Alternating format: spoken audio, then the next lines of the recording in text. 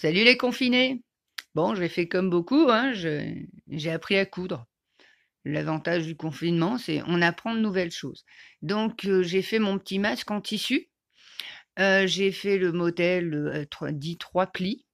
Alors pourquoi celui-là? Ben, parce que j'ai vu sur les commentaires qu'a priori, les soignants ont l'air de dire que c'est le plus confortable à porter. Donc, en plus, il est super facile à faire. C'est du rectangle, il n'y a pas de courbe, c'est super simple à faire. Je ne savais pas du tout coudre avant. J'ai ressorti ça du grenier, c'était à ma mère. Hein, j'ai trouvé un tuto pour arriver à m'en servir sur internet. J'ai trouvé des tutos, alors en français, en anglais. On arrive à s'en sortir, vous affolez pas, essayez. On a le temps de faire des essais. Seul petit problème de ce masque, à mon sens, c'est qu'il n'a pas le petit pince-nez en haut. Et du coup, on a l'air qui remonte vers les yeux. Moi, perso, ça m'assèche les yeux. Je trouve ça assez désagréable. Donc, j'ai essayé de bricoler pour insérer un pince-nez. Donc, le modèle que j'ai, ça, vous le trouvez, il y a plein de nénettes et de gars aussi. On a des cousettes et des cousets. J'ai appris que ça s'appelait comme ça aussi. Nous avons plein de cousettes et de cousets qui vous expliquent super bien comment faire ces petits masques 3 plis. Donc moi, une fois qu'il est tout fini, ici, je fais juste un petit revers. Je fais une petite couture juste sur le bord ici, de manière à former comme une sorte de tube.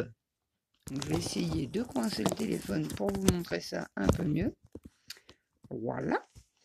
Dans ce tube, ben, je prends un bout de fil de fer gainé que je glisse dans le petit tube.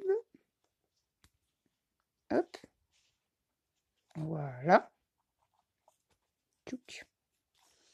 Voilà, donc maintenant on a le fil de fer qui passe dans mon petit revers. Et là, ben, on peut mettre en forme le fil de fer, on peut l'adapter au visage, on peut lui donner la forme du nez, des joues, impeccable. Au niveau du fil de fer, j'ai fait un essai avec du 2,5 monofil. C'est vachement rigide. Donc si vous n'avez que ça, ben prenez ça, on y arrive toujours. Mais franchement, on se fait un peu mal au nez en tordant le truc et tout. C'est pas super confortable, c'est très rigide. Donc j'ai retrouvé dans mes affaires du 2,5 en multibrin.